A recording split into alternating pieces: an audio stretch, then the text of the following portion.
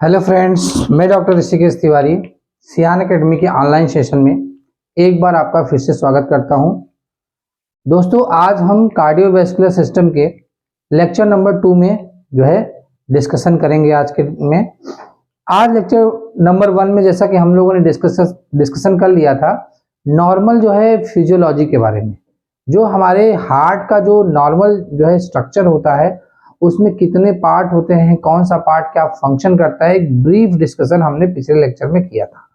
और उससे आपको ये पता चल गया कि हार्ट में ब्लड कहाँ से आता है और कहाँ को जाता है, कौन सा ओपनिंग है जो ब्लड को आउटफ्लो के लिए अलाउ करेगा, कौन से ओपनिंग में ब्लड इनफ्लो होता है, कहाँ से ब्लड किधर की तरफ गुजरता है, मतलब ऑरिकल से वेंट्रिकल की तरफ ब्लड जाता है।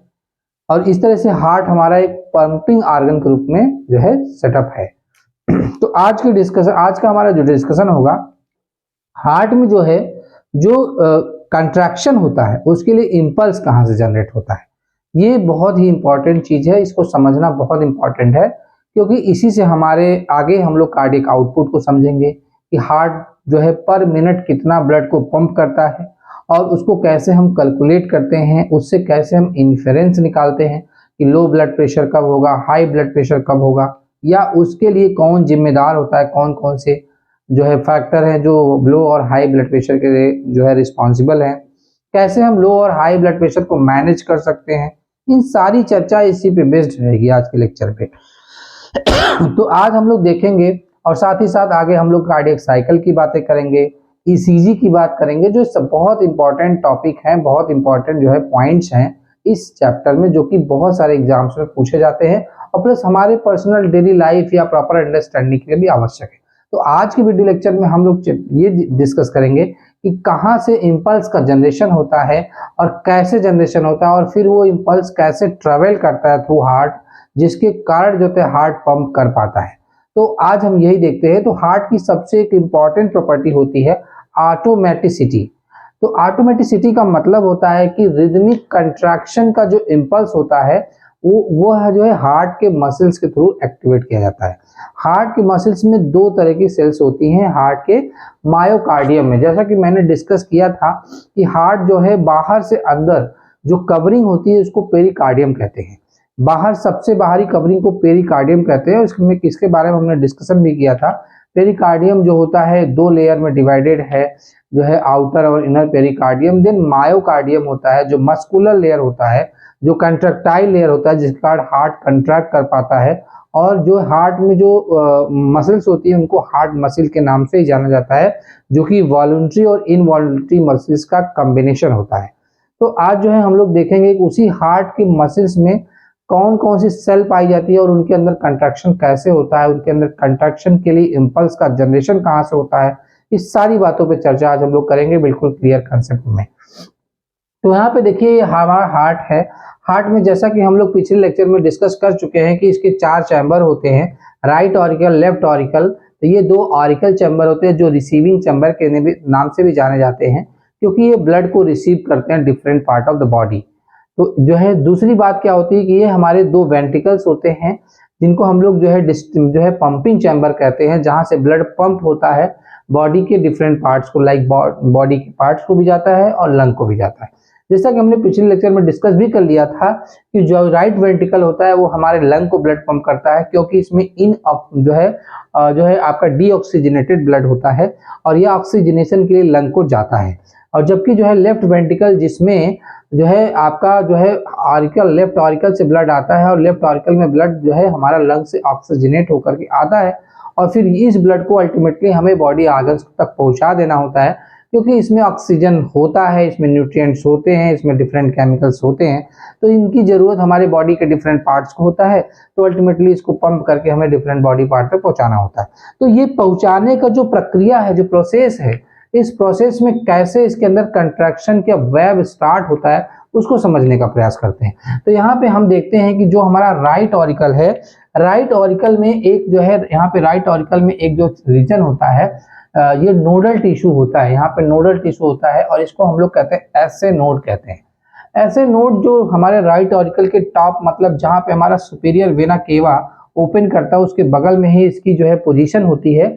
और यहाँ पे क्या होता है कि एक टिश्यू होता है, ग्रुप ऑफ टिश्यू होते हैं जिनको नोडल टिश्यू कहते हैं। और नोडल टिश्यू में नोडल सेल्स पाए जाते हैं और इस नोड को हम लोग कहते हैं ऐसे नोड, साइनो ऑरिकुलर नोड कहते हैं। और इसको पेस मेकर भी कहते हैं या इसको हार्ट ऑफ हार्ट भी कहते हैं, क्योंकि अगर किसी का ऐसे नोड जो है खराब हो जाए, ओल्डर एज में जनरली खराब हो जाता है तो ये चेंज भी होता है, आर्टिफिशियल पेस मेकर लगाया जाता है। तो अगर ये किसी भी तरीके से मेल फंक्शनिंग करने लगे, सही काम ना करे, तो हार्ट सही से काम नहीं करता है। इसीलिए इसको हार्ट ऑफ हार्ट भी कहते हैं या इसको पेस मेकर कहते हैं या इसको ऐसे नोड कहते हैं, क्योंकि यहीं पर इसी में इंपल्स का जनरेशन होता है और फिर ये इंपल्स यहाँ से जनरेट होकर सेटअप करता है। जो है कहाँ सेटअप करेगा, पहले दोनों ऑरिकल में करेगा और बाद में वो सेटअप करता है वेंट्रिकल्स में करता है। उसकी कैसे प्रक्रिया होती है वो समझते हैं। तो इस नोडल टिश्यू से जो है बहुत सारी इंटरनोडल फाइबर्स निकलती हैं और इन फाइबर्स को कहते हैं इंटरनोडल फाइबर्स कहते हैं। जो फाइबर निकल रही हैं इनको इंटरनोडल फाइबर्स कहते हैं। और इंटरनोडल फाइबर जो होती हैं वो क्या होती हैं, दो नोड्स को कनेक्ट कर रही हैं, इसलिए इंटरनोडल फाइबर नोडल फाइबर्स होती हैं। तो इंटरनोडल फाइबर क्या करती हैं कि निकलती कहाँ से हैं, निकलती हैं ऐसे नोड से और जाती किधर को है, एबी नोड को। तो मतलब दूसरी नोड्स जो होती हैं इस नोड को हम लोग कहते हैं पेस सेटर या एबी नोड कहते हैं। इसको हम लोग एबी नोड या पेस सेटर कहते हैं, क्योंकि इसका काम है इंपल्स को जनरेट करना और यह इसका काम है इंपल्स को सेट करना, पूरे जो है वेंट्रिकल्स में सेट कर देना। तो यह पेस सेटर के नाम से जाना जाता है। तो यहाँ से जो भी इंपल्स निकलेगा, जो भी कंट्रैक्शन का वेव स्टार्ट होगा, वह पहले जो है फाइबर्स के थ्रू वेंट्रिकल जो है हमारे ऑरिकल्स में फैलता है।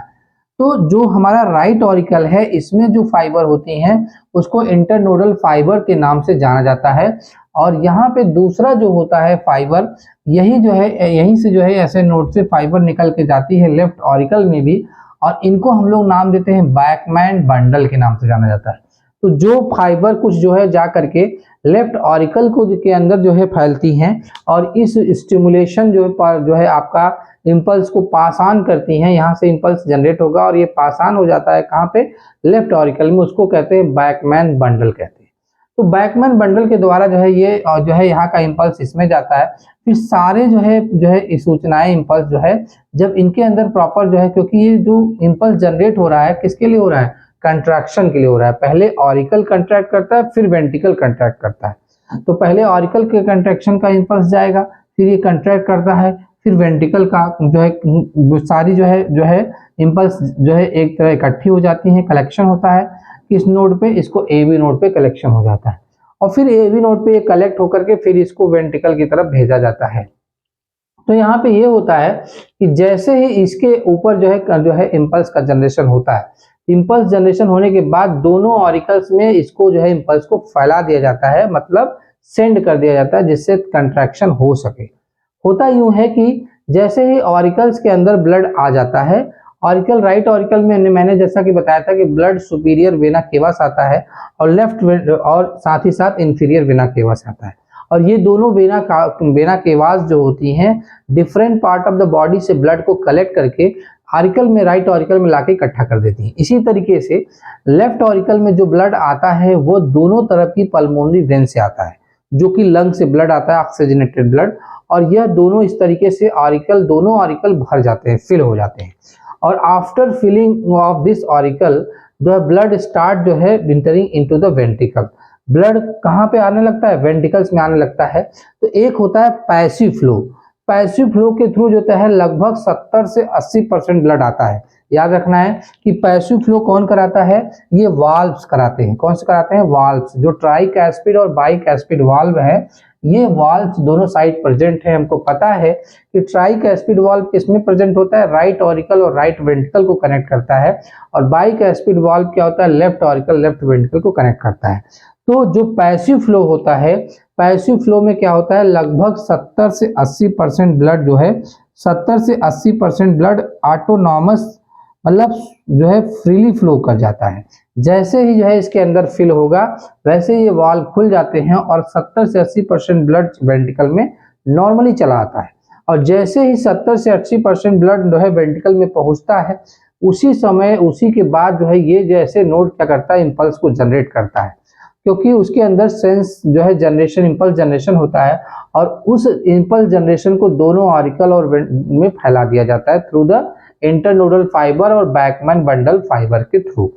इसका पर्पज ये होता है कि अब हमें क्या करना है कि जो 20% ब्लड दोनों ऑरिकल में बचे हुए हैं उनको बाई कंट्रैक्शन क्या करता है, ऊज आउट करना है, मतलब पूरी तरीके से ट्रांसफर कर देना है वेंट्रिकल के अंदर।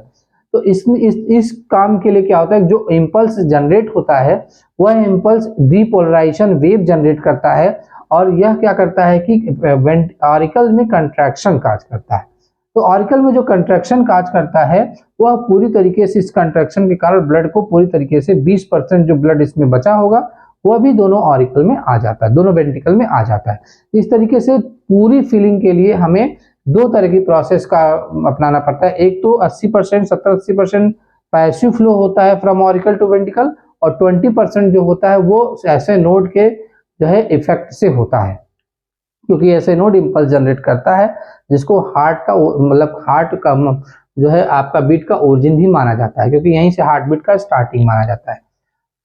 तो इस तरीके से हमने देख लिया कि मतलब कि ऐसे नोड का एक रोल है कि वह क्या करता है, इंपल्स जनरेशन करता है, फिर उस इंपल्स को पूरे दोनों ऑरिकल में फैलाता है और फिर जो है ये वेंट्रिकल एवी नोड तक पहुंच जाता है। अब देखिए जैसे यहाँ पे इंपल्स जनरेशन होता है वैसे ही तुरंत ही जो है एवी नोड जो है इंपल्स को ट्रांसफर नहीं करता है। इंपल्स को ट्रांसफर करने में यह 1 सेकेंड का डिले करता है। ये लगभग 0.1 सेकेंड का डिले कर देता है। डिले करने के पीछे कारण ये होता है कि यह 0.1 सेकेंड का डिले होने के पीछे कई कारण है। पहला कारण ये है कि ऐसा करने से, जब ये 0.1 सेकेंड का डिले करता है तो ऐसा करने से ऑरिकल को कंट्रैक्ट करने में टाइम मिल जाता है। तो ऑरिकल को प्रॉपरली कंट्रैक्ट करने में टाइम मिल जाता है। और इसके बहुत सारे कारण हैं और बहुत सारे कारण हैं। जैसे क्या होता है कि जैसे इस नोड में देखा जाए ट्रांसफर के लिए क्या कहा जाता है, इन नोड्स में बहुत सारी सेल्स पाई जाती हैं। दूसरे कारण क्या है, इन नोड्स में बहुत सारी सेल्स पाई जाती हैं, छोटी छोटी सेल्स होती हैं और जितने भी ये आपके मसल्स होती हैं जो कि आपका सेप्टम या बंडल ब्रांचेज, यहाँ पे हमने लिखा हुआ है कि नोडल सेल में क्या क्या पाया जाता है। ऐसे नोड है, एवी नोड है, बंडल एवी बंडल है, बंडल ब्रांचेज, पुरकिंजी फाइबर्स, ये सारी चीजें होती हैं। तो ये क्या करता है कि इनको इनमें नंबर ऑफ सेल्स कम होता है और इन बंडल ब्रांचेज में जो नंबर ऑफ सेल्स होती है वो ज्यादा होती है। तो दूसरा क्या है, एक कारण तो ये है कि इनको प्रॉपरली कंट्रैक्ट करने के लिए टाइम दिया जाता है और दूसरा कारण यह है कि इनके में नंबर ऑफ सेल्स ज्यादा होता है। तो ज्यादा नंबर ऑफ सेल्स को जो है क्या करता है, मैसेज सेंड करना पड़ता है और इनमें नंबर ऑफ सेल कम होती है तो कम, इसीलिए यहाँ पे जो है 1 सेकेंड डिले का टाइम लग जाता है इसको ट्रांसफर करने में। जो भी यहाँ पे जो है मैसेज सेट होगा इंपल्स, वह 1 सेकेंड डिले जो है वेंट्रिकल्स में जाता है। वेंट्रिकल्स में जो जाता है तो उस वेंट्रिकल्स में कैसे जाएगा, वेंट्रिकल्स में यहाँ से जाएगा कैसे, वेंट्रिकल्स में इन फाइबर्स के थ्रू जाता है। तो पहले इन फाइबर्स का नाम क्या होता है, इन फाइबर्स को पहले एबी बंडल्स कहते हैं। तो ये एबी बंडल होता है, पहला ये जो मोटा फाइबर है इसको एबी बंडल कहते हैं और फिर एबी बंडल 2 ब्रांच में बढ़ जाता है, राइट और लेफ्ट जो है बंडल ब्रांचेज में, फिर उसको दे देता है राइट और लेफ्ट बंडल ब्रांचेज में चला जाता है। और राइट और लेफ्ट बंडल ब्रांचेज में जब ये जाता है तो मतलब इसका इंपल्स पहले नीचे से जो है ऊपर जो है आपका जाता है। तो मतलब जब वेंट्रिकल कंट्रैक्ट करना शुरू करेगा, मतलब जब यहाँ का इंपल्स जो है हमारे वेंट्रिकल में आता है तो वेंट्रिकल जब कंट्रैक्ट करना शुरू करता है ना तो वेंट्रिकल नीचे से कंट्रैक्ट करना शुरू करता है। तो इनके अंदर कंट्रैक्शन, वेव ऑफ कंट्रैक्शन नीचे से ऊपर की तरफ जाता है, मतलब जो डायरेक्शन ऑफ कंट्रैक्शन होगा वो अपवर्ड डायरेक्शन में ऐसे होता है। प्लस ये देखा जाए तो मतलब कि अगर मायो मसल सेल होती हैं जो, वो अंदर से बाहर की तरफ कंट्रैक्ट करती है, अंदर से बाहर की तरफ कंट्रैक्शन होता है। इस तरीके से जो कंट्रैक्शन हो रहा है, वेव ऑफ कंट्रैक्शन हो रहा है वेंट्रिकल्स के अंदर, नीचे से ऊपर की तरफ होता है और इस कंट्रैक्शन के थ्रू क्या करता है, यह ब्लड को पंप कर देता है। तो इस तरीके से हम देखेंगे कि जो हमारा इंपल्स कंडक्शन होता है वो एबी नोड से शुरू होकर के, पहले एबी नोड से शुरू होता है, फिर इंटरनोडल फाइबर या आपका बंडल ब्रांचेज के थ्रू क्या करता है, यह पूरे जो है ऑरिकल को कंट्रैक्ट करेगा और कंट्रैक्ट करके जो 20% एक्स्ट्रा ब्लड है उसको ये ओज आउट कर देता है वेंट्रिकल में एंड देन ये सारे जो है इंपल्स यूनाइट होकर के आ जाता है एबी बंडल पे। अब एबी बंडल का काम है कि वह जो है इस जो है इंपल्स को वेंट्रिकल में भी सेट कर दे। तो वेंट्रिकल में सेट करने के लिए क्या करता है, पहले वो किसको देता है, आपका देता है एबी बंडल्स को देता है, फिर बंडल ब्रांचेस के थ्रू यह पुरकिंदे फाइबर्स होते हुए यह जो है पूरा सेट कर देता है। तो इस चीज को समझना है हमको, आगे के लेक्चर में हमको इसको समझना पड़ेगा कि कैसे जो है ये काम करता है। जैसे नोडल सेल्स होती है, मायोकार्डियम है, जो contractile part of the heart होता है वो मिडिल वाला होता है जिसको मायोकार्डियम कहते हैं, जहाँ पे मसल्स पाई जाती हैं, जहाँ पे कंट्रैक्शन होता है तो वेंट्रिकल कंट्रैक्ट करता है, ऑरिकल कंट्रैक्ट करता है। तो कैसे जो है नोडल सेल्स से कंट्रैक्टाइल सेल की तरफ मैसेज जाता है वो हम नेक्स्ट लेक्चर में डिस्कस करेंगे, पूरा अच्छे से वोल्टेज पोटेंशियल डिफरेंस के साथ डिस्कस करने वाले हैं। और बहुत अच्छे से डिस्कस करना है इस चीज को कि कैसे क्या क्या चेंजेस होते हैं तो ये पोटेंशियल डिफरेंस आगे बढ़ता है और कंट्रैक्टाइल टिश्यू के अंदर कंट्रैक्शन होता है। तो इसमें हम लोग दो सेल्स के बारे में चर्चा करेंगे। पहला जो है हमारा जो होता है वह हमारा नोडल सेल हो जाएगा जो कि नॉन कंट्रैक्टाइल होता है। दूसरा जो है कंट्रैक्टाइल सेल होता है, कंट्रैक्टाइल सेल हो जाता है। कंट्रैक्टाइल सेल के अंदर कंट्रैक्शन होता है तो इसमें क्या पाया जाता है, एक्टिन पाया जाता है, मायोसिन प्रोटीन होती है, ट्रोपोनिन, ट्रोपोमायोसिन, और जो है एंडोप्लाज्मिक रेटिकुलम को सार्कोप्लाज्मिक रेटिकुलम कहते हैं। ये सारी चीजें पाई जाती हैं। तो अगले वीडियो लेक्चर में हम लोग ये डिस्कस करने वाले हैं कि कैसे जो है इम्पल्स पहले नोडल सेल से में जो है ट्रेवल करता है और फिर वो नोडल सेल का मैसेज कैसे कंट्रैक्टाइल में ट्रेवल करता है। मतलब पहले ये नोडल सेल में जाएगा फिर ये कंट्रैक्टाइल सेल में जाएगा जिसके कारण वेंट्रिकल कंट्रैक्ट करेगा। तो इसके बारे में हम लोग नेक्स्ट वीडियो लेक्चर में डिस्कस करने वाले हैं, बहुत डिटेल में डिस्कस करेंगे। और जो है आज के वीडियो लेक्चर को आप लोग पूरे अच्छे से देखिए कि कैसे जो है ऐसे नोड काम करता है, कैसे ए बी नोड काम करता है, फिर वो कैसे इंपल्स को जो है पूरे वेंट्रिकल में फैलाता है और वेंट्रिकल कंट्रैक्शन में मदद करता है जिससे वेंट्रिकल से जो है ब्लड पंप होकर के बॉडी ऑर्गन्स को जाते हैं। 102 बार वीडियो लेक्चर को जरूर देखें। अगर आप चैनल पे नए हैं तो चैनल को सब्सक्राइब जरूर करें, दोस्तों को शेयर करें, वीडियो अच्छा लगे तो आप जो है लाइक और कमेंट करें।